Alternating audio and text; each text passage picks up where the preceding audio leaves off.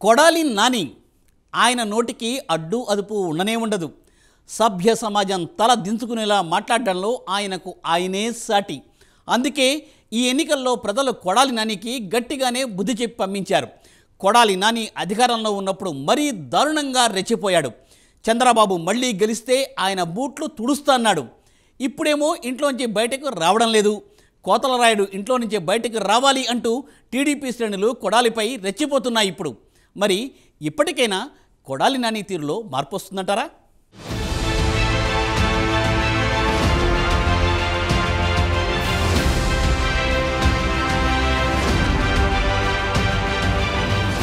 రాజకీయాల్లో ఉన్నప్పుడు ఉచ్చం నీచం ఉండాలి అంటారు. అయితే అలాంటివేమీ లేని నాయకులుగా కొడాలి నాని, వల్లభనేని వంశీ లాంటి వారు ముద్ర వేయించుకున్నారు.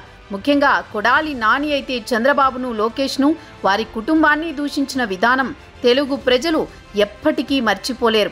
నోటికి ఏదొస్తే అది అడ్డగోలుగా మాట్లాడుతూ తాను ఒక ప్రజాప్రతినిధిని అన్న సంగతి కూడా మర్చిపోయి కొడాలి నాని ఎంతలా స్వైర విహారం చేశారో ప్రత్యేకించి చెప్పనక్కర్లేదు. అధికారంలో ఉన్నానన్న అహంతో రాష్ట్రానికి సుదీర్ఘకాలం ముఖ్యమంత్రిగా పనిచేసిన ఓ అనుభవం ఉన్న నాయకుడైన చంద్రబాబును అరే ఒరే అంటూ చెప్పరాని పదాలతో నోటికి వచ్చినట్టు మాట్లాడారు.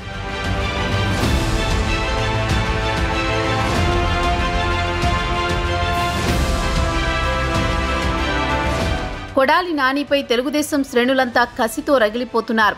రాజకీయంగా కొడాలికి జన్మనిచ్చిన తెలుగుదేశం పార్టీపై ఇంతలా అవాకులు చెవాకులు పేలడం, తండ్రి లాంటి చంద్రబాబును అరే ఒరే అంటూ నోటికి వచ్చినట్లు మాట్లాడడంపై టీడీపీ శ్రేణులు కొడాలి నానిపై ఆగ్రహంతో ఉన్నారు.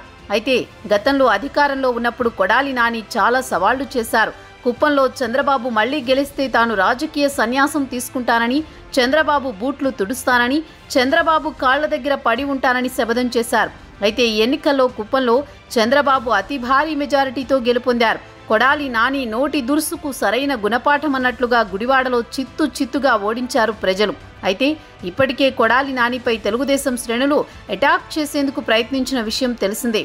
ఇంకోవైపు సోషల్ మీడియాలో కూడా కొడాలి నాని నువ్వు చేసిన సవాల్ నిలబెట్టుకుంటావా అంటూ విస్తృతంగా ట్రోల్ చేస్తున్నారు.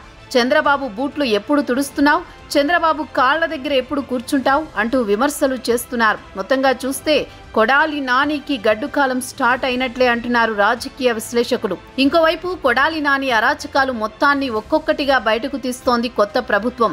అధికారంలో ఉన్నప్పుడు నోటికొచ్చినట్టు ఏది పడితే అది మాట్లాడిన ఫలితం ఇప్పుడు కొడాలి నాని ప్రజల నుంచి వ్యతిరేకత, ప్రతిఘటన రూపంలో ఎదుర్కొంటున్నారు.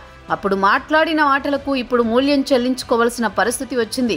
ఏమైనా అప్పట్లో చంద్రబాబును మరీ పర్సనల్గా టార్గెట్ చేసిన కొడాలి నాని, వల్లభనేని వంశీ, అనిల్ కుమార్ యాదవ్ రోజాలను సోషల్ మీడియాలో టీడీపీ శ్రేణులు, నెటిజన్లు ఓ ఆట ఆడుకుంటున్నారు.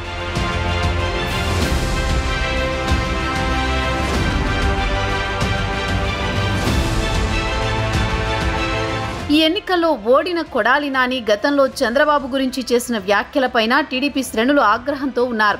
ఆయన ఇంటిపైన దాడికి ప్రయత్నించారు. కోడిగుడ్లు విసిరి నినాదాలు చేశారు. ఆ తర్వాత గుడివాడలో కొడాలి నాని అనుచరులు ఆక్రమించుకున్న 7.66 ఎకరాల స్థలాన్ని యజమానులు తిరిగి స్వాధీనం చేసుకున్నారు. వైసీపీ ప్రభుత్వ హయాంలో గుడివాడ రాజేందర్ నగర్లో 100 కోట్ల స్థలాన్ని నాని అనుచరులు ఆక్రమించుకున్నారు. ఎన్నికల్లో టీడీపీ విజయం సాధించడంతో స్థల యజమానులకు ఎమ్మెల్యే రాము భరోసా ఇచ్చారు. దీంతో స్థలం చుట్టూ ఉన్న ఫెన్సింగ్, లేఅవుట్లో గడ్డం గ్యాంగ్ ఏర్పాటు చేసుకున్న తాత్కాలిక నిర్మాణాలను జేసీబీలతో ధ్వంసం చేశారు. ఇక తాజాగా నానికి గత ప్రభుత్వంలో ఏర్పాటు చేసిన భద్రతపైన అధికారులు సమీక్ష చేసి నానికి, ఆయన ఇంటికి కల్పించిన భద్రత ఉపసంహరించుకున్నారు. ఏదేమైనా కొడాలికి గడ్డు కాలం మొదలైందనే చెప్పాలి. చూడాలి మరి ఇప్పటికైనా ఆయనలో మార్పు వస్తుందా రాదా అనేది.